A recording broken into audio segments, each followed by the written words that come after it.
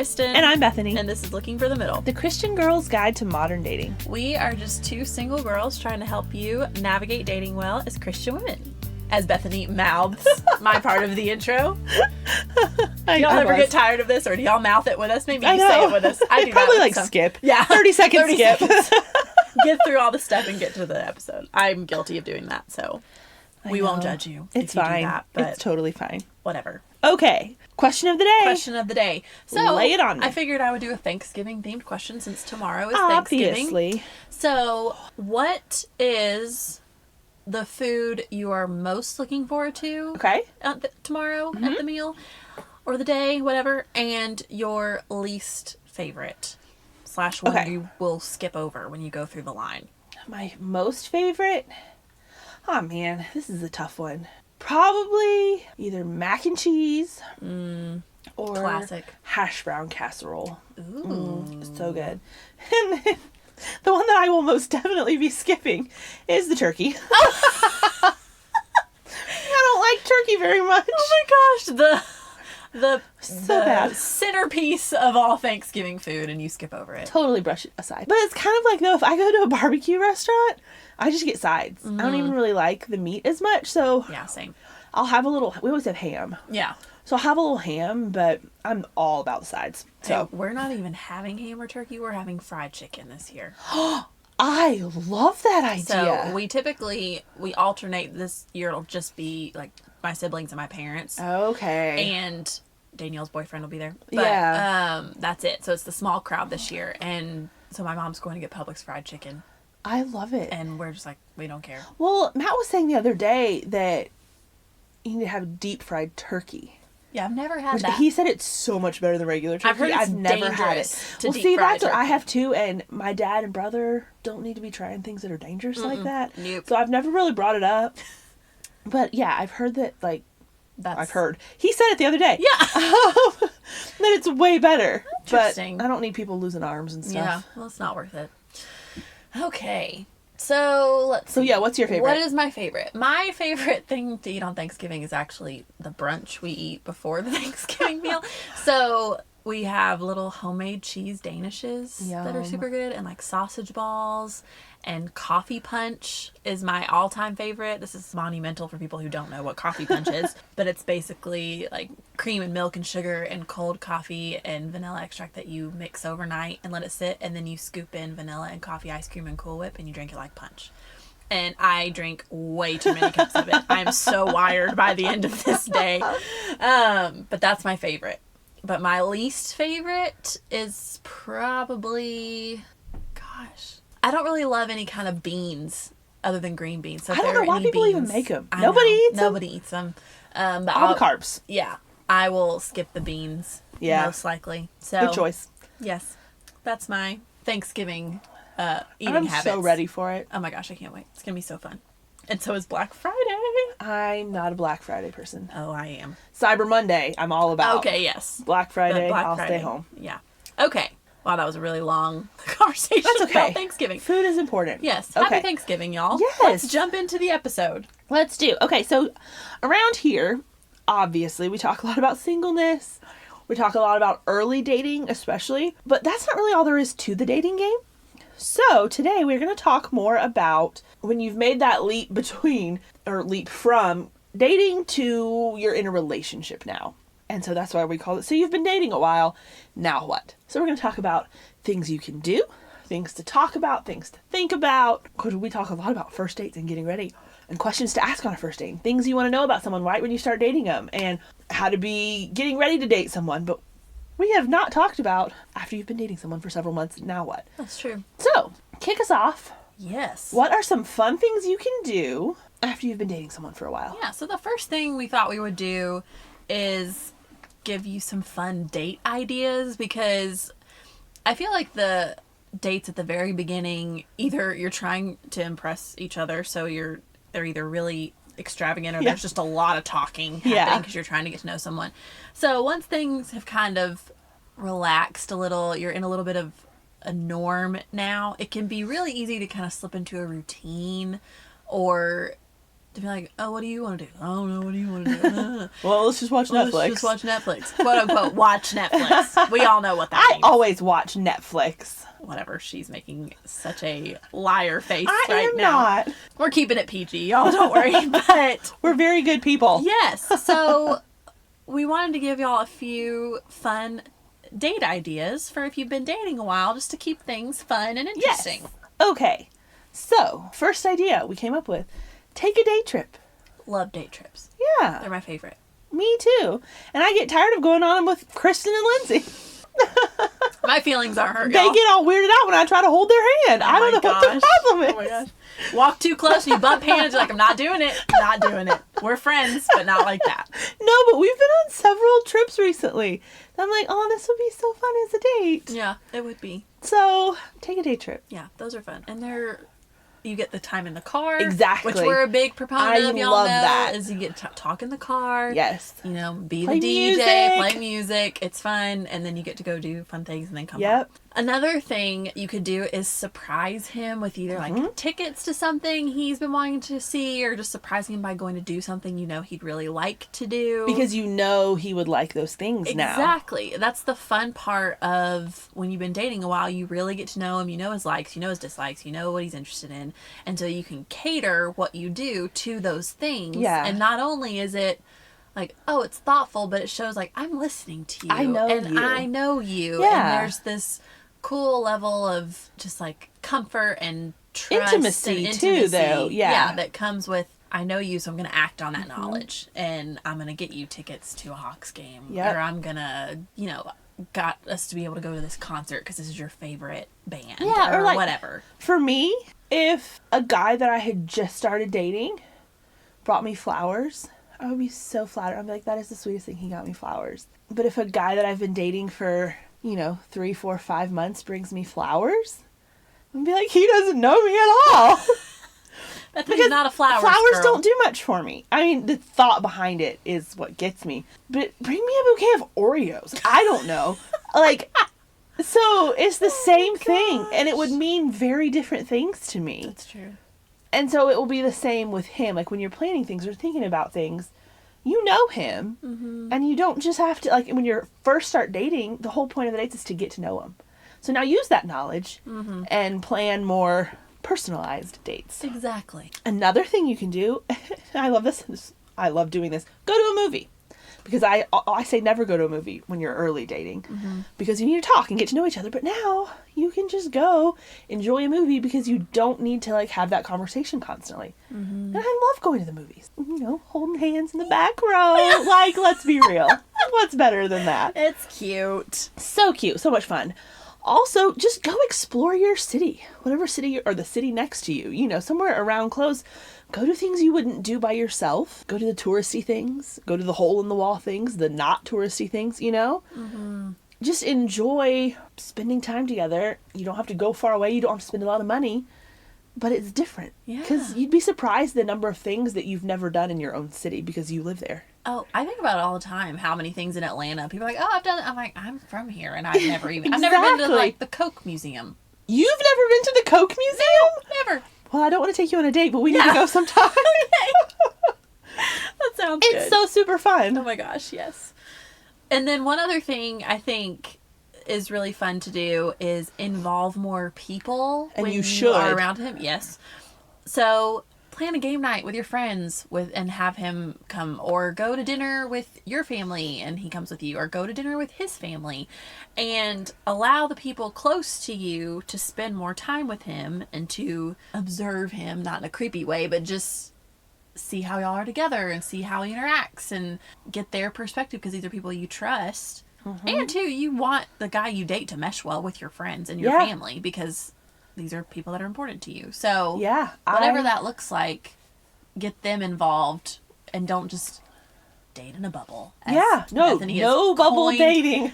Bethany has coined the phrase. Yeah, I dated a guy once who said at one point, I don't know that I'm really going to click with any of your friends. And yeah, that was kind of the beginning of the end, really, because His loss, we're awesome.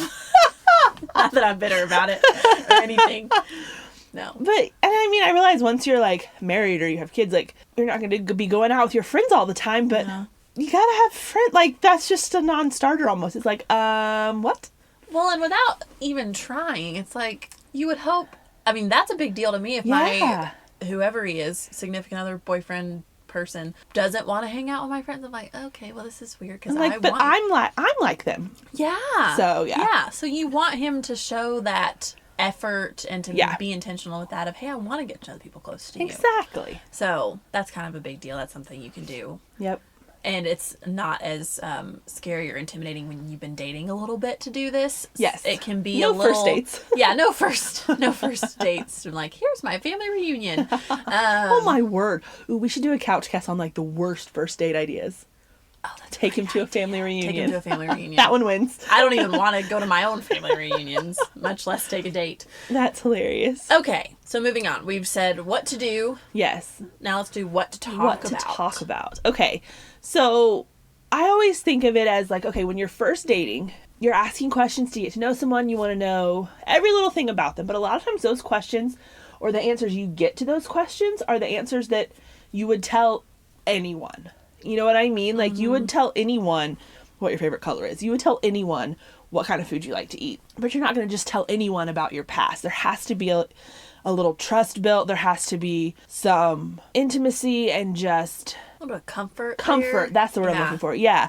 To want to open up more. And so once you have moved from casual dating to being in a relationship and more serious dating, you want to talk about the things that you wouldn't ask just anyone. Mm-hmm. Because you're moving from getting to know this person to getting to know how you would mesh with this person, how your lives go together. So I think that's your underlying theme of what you want to talk about for the most part. Yeah, and I think you can even ask some of the same questions you asked when you were dating early on, but just ask them on a deeper level. Oh, so yeah. You're not even having to come up with all new questions.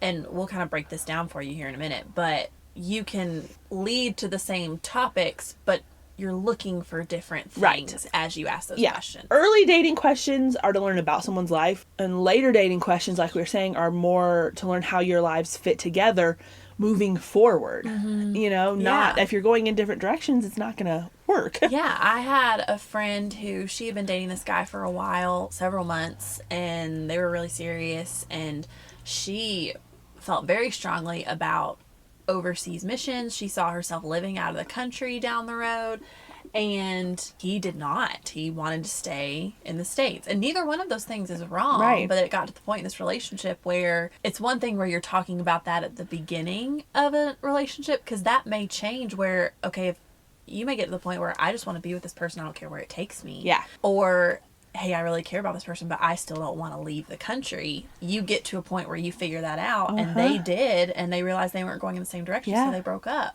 And it's sad in a way, but at the same time, it's like, okay, well, I want to move forward with somebody who's going in that same direction. Totally. And these are the kinds of things to talk about in order to figure that out as you progress. Yeah. For example, let's run through a few different ones that we've talked about. Okay. If we're talking about kids, early on in dating, I would ask the question, do you want kids? Yes or no? Mm-hmm. Really easy question. Yeah. But later on, I'm going to ask things like, how do you want to raise your children? What does that look like? You know, you're going to talk about public, private, homeschool. You're going to talk about stay-at-home mom versus working. Do you want your wife to work? Do you not want her to? Like, what do all those things look like when you're talking about the same topic? Yeah. So, it's just going that one or two steps deeper. Right. So then you think about, you know, another one would be finances. And early on, you may ask, we talk about the question behind the question. So you may ask, okay, what do you like to do for fun? Well, inevitably, to answer that question, which is a terrible way to ask the question. We realize that we've said don't ask that question. But you're trying to figure out, you know, what does he do on the weekends? What does he do as for hobbies? Yeah. You're going to, in asking that, figure out how he spends his money. Right. If he's going to go travel all the time, he's got to, you know, money put aside for that. Hopefully he's not just putting it all on his credit card and, you know, hoping he inherits something from his great aunt. Those are things you want to know, though. Yeah. And I mean, like, I'm not like this shining example of how to spend your money. Mm-hmm. And so I kind of need someone who is, who I can work well within whatever someone tells me to do. Yeah. But left to my own devices, I might not always do the best. So that's something I'm Right. aware of about myself. And so that's something I want to know. Yeah, so then you ask the question later on, how do you spend your money? Or do you like to budget? Or would you say you're a spender or a saver? That's my go-to question. And you're kind of learning, okay, is this something we would really have to work at here because Right. we're both spenders? Or, hey, we're going to balance each other really well in this, and you're better with budgeting and I'm better with saving or whatever, and you can kind of figure that out. But again, it's how are we going to come together and how would this look like as a team effort? Yep. So, yeah. And then things like family. You know, when you're dating early, you would just ask the question, hey, are you close to your family? But later on, you're going to talk about things like, hey, what do holidays look like for your family? What traditions do you have? What things are important to you? What time is important to spend with your family? What time is important to spend with my family? And just different things like that. You're going to take that same topic to a deeper level and start to flesh out what does day-to-day life look like when it comes to relating to both of your families. Yeah, exactly. And then there's the topic of his career. And, you may ask at the beginning, well, what is work-life balance like for you? Do you feel like you have a good work-life balance? And then later down the road, you may be asking, okay, well, how do you prioritize your time? Yeah. Are you working constantly because you're trying to get to this certain point? Or are you working, but then you're going and playing video games 4 hours a night when you get home and that's all you're doing? Or, film, like, it doesn't have to be video games, but that's something I've come to value very much. And how does a guy prioritize his time, and how does he see himself prioritizing his time now that he's in a relationship? Right. How does that look differently? Exactly. Yeah. Because I am there's a fine line in my mind between pursuing your career, and especially if you're super passionate about it. And I love when a guy's really passionate about what he does. But there's also, I want him to be really passionate about me too, though. Yeah, exactly. I want him to be, working really hard in his career, and I want him to be working really hard in a relationship too. And the longer you date, the more you'll see that. But you can ask these questions to figure out, okay, how does he see his time shifting, prioritization shifting, all of that. Yep. So, and we've talked to the first thing you want to know is about their faith, and is that important to them? And so you'll ask early on, is your faith important to you? And, how is your relationship with God? But then later you're going to be asking things like, what are you learning? What is God teaching you? What are you reading? And seeing the actual practical day-to-day lived outside of the answer to that first question. Yes. And you'll get a fuller picture. Exactly. A fuller picture. And same thing goes with, his church. You may ask at the beginning, just where does he go to church? But then later on, you're going to want to know, okay, well, how do you like to serve? And what does your personal ministry look like? What really breaks your heart that you want to go help people with or serve in or all of that? So, because you want there to be some overlap there, ideally. It's not a deal breaker, obviously, but you want there to be that's where those common interests start coming in. You're like, oh my word, I love this ministry too. We can spend a large chunk of time there. Yeah. As opposed to large chunks of time separate. Yeah, separately. Separate? Separating. Separated. Separate. So, words are hard, it's fine. It is hard talking. I don't have much of a voice. Be nice to me. Oh gosh. But yeah, so those are just a few examples. Those are obviously the big topics or whatever, but just how your questions will change and develop over time to figure out, okay, would we be a good team? Are we going to match up? Are there some things we need to talk about that we may didn't realize early on? And then kind of go from there. After you've done that, though, you've been dating a few months, you've talked through these things, or you're talking through them, you're getting that deeper understanding of this person that you're with, you kind of have two different paths now. There's the things are matching up and we're looking good and we're proceeding path.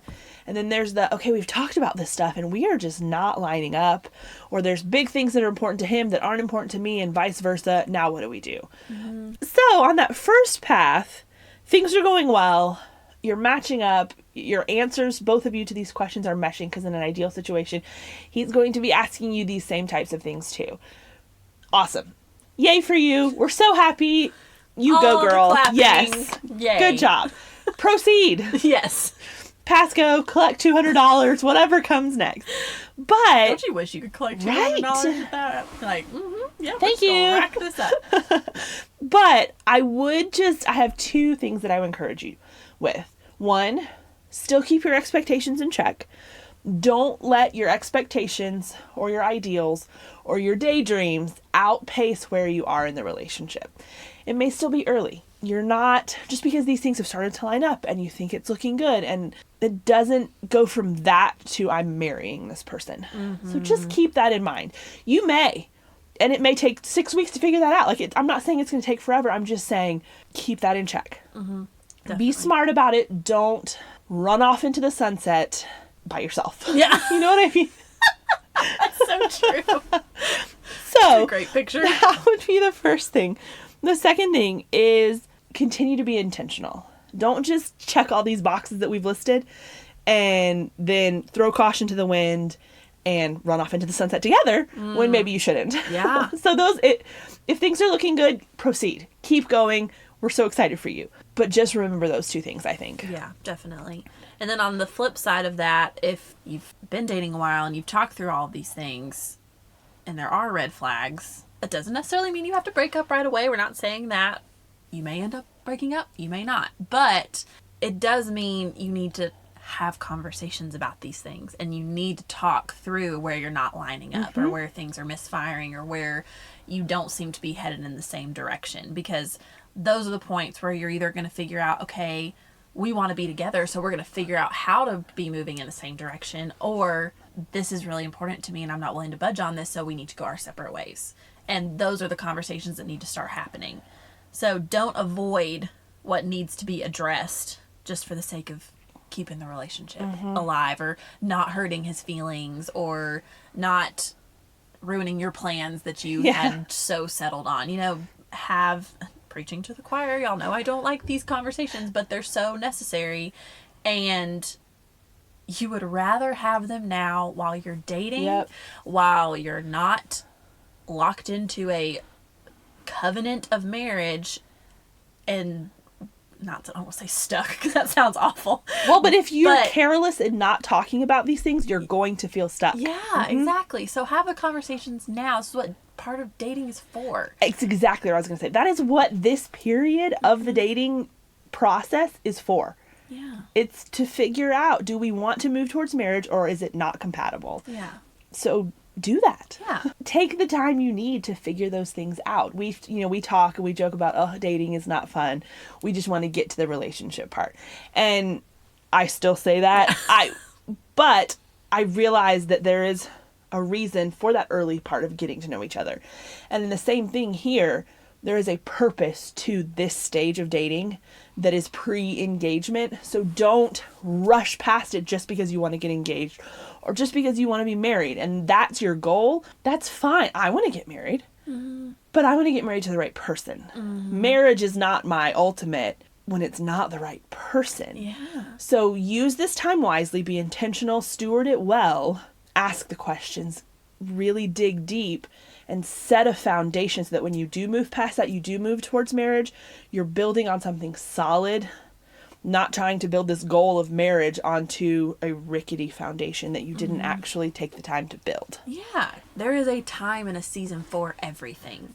I mean, that's biblical. Yeah. So I think that's something I've really learned this past year is there is purpose in the initial stages of dating, even though we like to rush through it. And there is purpose in the later parts of dating where you're really getting, closer and figuring things out. And then there's purpose in being engaged and preparing. And then there's purpose in marriage. Yeah. And all the stages of marriage. Marriage years 1 through 5 is going to be very different from years 25 to 30. Exactly. So enjoy the part you're in. Find the purpose in the part you're in. Don't waste or rush through the part you're in. And your future relationship will benefit from it. Yeah. So there you go. There you go. Man, I feel like I'm stealing your role of the closer. It's okay. I feel like you need to say I was going to something talk about seasons and enjoying the season you're in and not wishing away the season you're in for another season, but I didn't want to say season that many times, so I just let you end it. Oh, thanks. I appreciate that. No problem. Okay, so before we go, we decided we wanted to do a little teaser for y'all. So we've been talking about, this is the last just quote unquote normal episode. Yeah. Are any of our episodes normal? Let's be real. honest. of season 3, because the next 3 episodes, which is our final 3 episodes of the season, are a little mini series we're doing where we are interviewing a guy each episode. Different age range, different relationship status, dating philosophies, backgrounds, experiences, all the stuff. things. And so to kick it off next week, we're going to be airing the interview with my brother Brett. Yes. Which I have been looking forward to this for so long. And Brett and I grew up talking about dating and relationships. I mean, we've been best friends forever. So this was super fun that he actually got to be on it. He was very excited to be on it. So don't let him tell you otherwise. Yes. And joked about, he's like, oh, all these girls are going to want to hear all I have to say. I'm like, please do not get cocky, because if you get on here and say terrible things, we're going to cut them all out. No, I'm kidding. He was wonderful. So we wanted to give y'all a little sneak peek into what this interview and hopefully the rest of the interviews will all look like. Yes. So we wanted to play you a little bit of this interview to give you an idea and then see what y'all think. Yeah. What were some things you did to let her know that you liked her? This is like the golden question. Girls are always like, okay, is he just being nice to me? Or does he like me? How do you differentiate? This one's tricky. This one's tricky. And so it's different for me. I think girls are too naive a lot of times in this, and they think he's just being nice. Here's the reality. If a guy is talking to you consistently, he's not doing so to be a friend. And here's and girls like to think that. No, here's the difference. And again, I see this with my girlfriend. If it's a childhood friend or early on, then that's different. But if a guy's come out of nowhere, in the 2 years that I've dated her, nobody has come since me and been a lasting friend. Okay, well that's the teaser. We're excited. Hopefully you are too. We're very excited. So we hope y'all tune back in next week where that full interview with Brett will be aired, and then the next 2 weeks, a couple other of our guy friends will air up until the end of season 3. Awesome. So stick around for that. We can't wait. But until Friday for Couchcast, I'm Kristen. And I'm Bethany. And this is Looking for the Middle.